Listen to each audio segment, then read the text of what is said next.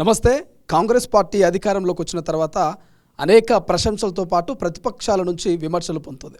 కానీ నిన్న మొన్న ఎమ్మెల్సీ కవిత కూడా అనేక కామెంట్స్ చేస్తూ ఉంది. సో మహాత్మా జ్యోతిరావు పూలే విగ్రహాన్ని కూడా ఏర్పాటు చేయాలంటూ కూడా కామెంట్ చేస్తుంది. మధ్యప్రదేశ్లో కూడా కామెంట్ చేస్తున్నటువంటి పరిస్థితి. మాట్లాడదాం ఇదే అంశం మీద. ప్రస్తుతం మనతో పాటు కాంగ్రెస్ పార్టీ సీనియర్ అధికార ప్రతినిధి భవానీ రెడ్డి గారు ఉన్నారు. సో భవానీ రెడ్డి గారు ఎట్లా చూస్తారు? ఎమ్మెల్సీ కవిత గారి వ్యాఖ్యలు చూస్తూ ఉంటే ఏమనిపిస్తుంది?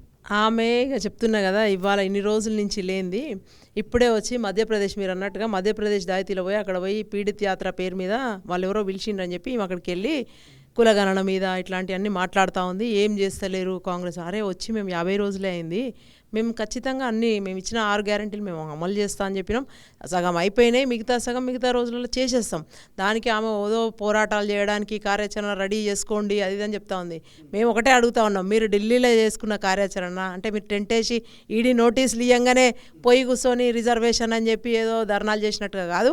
పోరాటాలంటే చరిత్రలో చాలా పోరాటాలు చేసినాము. పోరాటాల ఫలితంగానే ఇవాళ తెలంగాణ వచ్చింది. మీరు ఇట్లాంటి అనుచిత వాక్యాలు మానుకోండి. ప్లస్ మీరు పోయి అక్కడ ఏం మాట్లాడతారు? తెలంగాణ ప్రజలు ఇక్కడ నుంచి గమనిస్తలేరు అనుకుంటారా? ఇక్కడ ఎడ్యుకేటెడ్ పూల్ అంత ఉంటుంది, అందరికీ కూడా తెలుస్తుంది. మీడియా ఉంటుంది, సోషల్ మీడియా ఉంటుంది, గర్గర్తకు తెలుస్తుంది. పోయి చెప్తుంది వాళ్ళ నాయనట తెలంగాణలో 30 లక్షల మందికి ఉపాధి కల్పించిండట పారిశ్రామిక సెక్టర్ను బలోపేతం చేసి. మరి వచ్చి ఇక్కడ అదే చెప్పు, ఎక్కడెక్కడ బలోపేతం చేసిండు, ఎన్ని పరిశ్రమలు తెచ్చిండు, ఏ పారిశ్రామిక వాడలు అభివృద్ధి చేసిండు, ఎంతమందికి ఉద్యోగాలు ఇచ్చిండ్రు, అందులో మహిళలు ఎంతమంది, పురుషులు ఎంతమంది, ఏం ప్రోడక్ట్స్ డెవలప్ చేసిండ్రు, ఏం ప్రొడ్యూస్ చేసిండ్రు, ఎన్ని ఎక్స్పోర్ట్ చేసిండ్రు, దాంతో మన రాష్ట్ర జిఎస్డిపికి ఎంత మీరు కేంద్రానికి జీడిపికి తోడ్పడ్డారు, అవన్నీ కూడా మేము అడుగుతూ ఉన్నాం. ఒక శ్వేతపత్రం రిలీజ్ చేయరాదమ్మా? సో ఇవన్నీ బంద్ చేసి ఇవాళ పోయి కొత్తగా ఇంకా ఏం పని లేదు, ఖాళీగా ఉన్నళ్ళు ఏమో అంటారు కదా, వచ్చి ఇవాళ పార్లమెంట్ ఎలక్షన్స్ను పెట్టుకొని ప్రతిపాదికగా ఇష్టం వచ్చినట్టు మాట్లాడుతూ ఉన్నారు. ఇక వాళ్ళనైతే ఎవరు పట్టించుకునే పరిస్థితి లేదు. ఇంకా ఎక్కువ మాట్లాడితే మొన్న జరిగిన దానికంటే ఇంకెక్కువ విధ్వంసం జరుగుతుంది. ఎలక్షన్స్లలో మొన్న సార్వత్రిక ఎన్నికలలో ఏం చూపించారు? మంచి మ్యాండేట్ ఇచ్చిండ్రుగా జనాలు. ప్రతిపక్షంలో ఉండి హుందాగా ప్రభుత్వానికి మంచి మంచి సలహాలు సూచనలు చేయాలనుకుంటే ఎవడొద్దన్నాడు? అభిమానేసి విమర్శలే ఆధారంగా తీసుకొని ఫస్ట్ టైం వాళ్ళు వచ్చినప్పుడు ఓకే, రెండోసారి వాళ్ళు అధికారంలోకి వచ్చినప్పుడు 45 రోజులకు వాళ్ళు ప్రమాణ స్వీకారాలు చేసిండ్రు. యంత్రాంగం అంతా వర్క్ స్టార్ట్ చేయడం 50 రోజులు పని మొదలుపెట్టింది. మేము అధికారం రాగానే 48 గంటలలో 2 గ్యారెంటీలను అమలు పరిచినాం. ఎవరమ్మా నువ్వా మాకు చెప్పేది? అందుకని చెప్పి మీరు చూసుకోండి, ఇక బాగుంది. ప్రజలకు పోయి మీరు ఇంకేం చెప్తారో, మరి అప్పుడు 10 ఏళ్ళు చెప్పిండ్రు ఏం చేయలే, ఇంకా అదే ఇంకా ఏం చెప్తారో ఇప్పుడు కూడా ఇది చేస్తామని చెప్పండి. నమ్మి జనాలు ఓటేస్తే వేయించుకోండి అమ్మా, మాకు అభ్యంతరం లేదు. కాంగ్రెస్ పార్టీ అన్న మాటకు కట్టుబడి ఉంటుంది. గతంలో కూడా ఏమైతే చెప్పినామో అది చేసినాం, ఇప్పుడు కూడా అంతే, మేము చెప్పిందే చేస్తాం. ఇప్పుడు మహాత్మారావు జ్యోతి పూలేకి సంబంధించినటువంటి విగ్రహం ఏర్పాటు చేయాలంటున్నారు. గతంలో గద్దర్ను కూడా ప్రజాభవన్ ముందు వెయిట్ చేసినటువంటి సందర్భాలు మనం చూసినాం. సో కవిత గారి డిమాండ్ను పెట్టడం మీకు ఏమనిపిస్తుంది? ఇంకా అంటారు చూడు, దొంగ వచ్చి దొంగ అన్నట్టు ఉంది. మేము ఇన్నేళ్లలో వాళ్ళు ఏం చేయలేదు, గోటలు గడీలు అన్నీ నిర్మించుకున్నారు, పటిష్టంగా పాలన ఉండాలి. ఇమీడియట్గా రాగానే మేము ఏం చెప్పినాం, ఆయన పేరే పెట్టేసినాం, అక్కడ విగ్రహం పెడుతున్నాం ప్రజాభవన్కి. సో వాళ్ళ ప్రగతి భవన్ కాదు అది ఎనీమోర్, ఇట్స్ ప్రజలది భవన్. దానికి జ్యోతిరావు పూలే నామకరణం చేసినాము, విగ్రహం కూడా తెచ్చి పెట్టుకుంటాం. అట్లాంటి చెప్తున్నా కదా, ఈ విగ్రహాలు ఇట్లాంటివన్నీ మానుకోండి, చిన్నవన్నీ మానుకొని ప్రజలకు ఇప్పుడు ఏ మేరకు వాళ్ళ ఆకాంక్షల మేరకు మేము ప్రభుత్వం పనిచేస్తుందా లేదా, ప్రజల పక్షాన ఉండి మంచిగా పోరాటం చేయండి. ప్రతిపక్ష హోదా అనేది చాలా చక్కటి గౌరవప్రదమైన హోదా.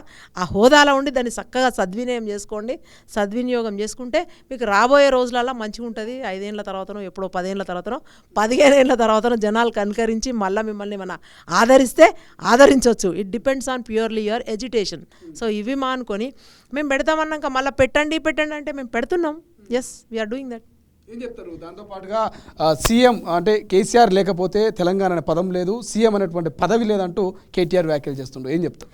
అదే చెప్తున్నాం కదా, అసలు సోనియా గాంధీ అనేటామె లేకపోతే, కాంగ్రెస్ పార్టీ అనేటామె లేకపోతే మనం అందరం కూడా ఇంకా ఎన్నేళ్ళు పోరాటం చేసినా కూడా తెలంగాణ అనే పదం సాకారమే అయ్యేది కాదు, ఆ రాష్ట్రం అనేది. సో ఆయన అవన్నీ మానుకోవాలి. పొలోమని మీ నాయననే చెప్పిండు కదా అసెంబ్లీలో, without Congress party, without Sonia Gandhi it wouldn't B అది అని చెప్పేసి ఏంటిది సాకారం అయ్యేది కాదు అని చెప్పి అది డ్రీమ్గానే ఉండేది. It would have been a dream అని ఆయన సాక్షాత్తు నిండు సభల వాళ్ళ నాయననే చెప్పిండు. చెప్పినాక మళ్ళీ అయినా పదే పదే మేము పెట్టింది అరే మేము పెట్టిన భిక్ష మీకు మీ నాయనకు సీఎం పదవి మేము పెట్టిన భిక్ష మళ్ళీ దాన్ని ఇంకా తీసుకొని ఉల్టా మాట్లాడు అవసరమా అనవసరంగా దానికి వెళ్ళకపోవడం. ఈ ఒక్క మాట అడుగుతాను, నువ్వు మంచి మంచి తీస్మార్ఖాన్లతో ఏం కాలేదు, ఈ బుడరఖాన్ తోటి ఏమవుతుందంటూ కేటీఆర్ వ్యాఖ్యలు చేస్తున్నట్టే బహుశా ముఖ్యమంత్రి రేవంత్ రెడ్డి గారిని కామెంట్ చేస్తున్నట్టు తెలుస్తుంది. ఏం చెప్తారు? అదే ఒక రాష్ట్ర ముఖ్యమంత్రి అన్న ఇది లేకుండా సోయి లేకుండా ముఖ్యమంత్రి గారిని పట్టుకొని తీస్మార్ ఖాన్ బుడ్డర్ ఖాను అది 3 మీటర్లు ఇట్లాంటివన్నీ బాడీ షేమింగ్లు బంద్ పెట్టుకోండి అని చెప్తా ఉన్నాం. మళ్ళొక్కసారి హెచ్చరిస్తున్నాము. దీనిల మీద తగిన చర్యలు తీసుకుంటే మాత్రం అది మంచిగా ఉండదు. మీరు ఎక్కడికి పోతారో అది ఆలోచించుకోండి.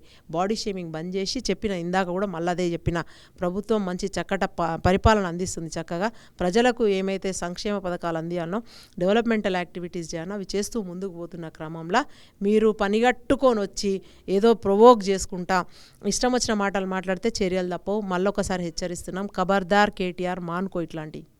Thank you. సో ఇది మొత్తం మీద ఇక ఎమ్మెల్సీ కవిత మధ్యప్రదేశ్ చేసినటువంటి కామెంట్స్కు భవానీ రెడ్డి గారు అధికార ప్రతినిధి గట్టి కౌంటర్ ఇచ్చేటువంటి ప్రయత్నం చేస్తారు. సో చూద్దాం, ప్రతిపక్షం మరి కొంత సమయపాలన పాటించాలి. ఎందుకంటే 50 రోజులు మాత్రమే అధికారంలోకి వచ్చి కాంగ్రెస్ పార్టీ.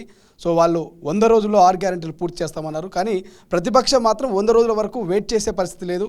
సో వరుసగా విమర్శలు చేస్తుంది. సో చూద్దాం ఈ యొక్క అంశానికి ఎక్కడ ముగింపు కొనసాగుతుందనేది. కెమెరా పర్సన్ అజయ్తో శ్రీశైలం, తొలి వెలుగు, హైదరాబాద్.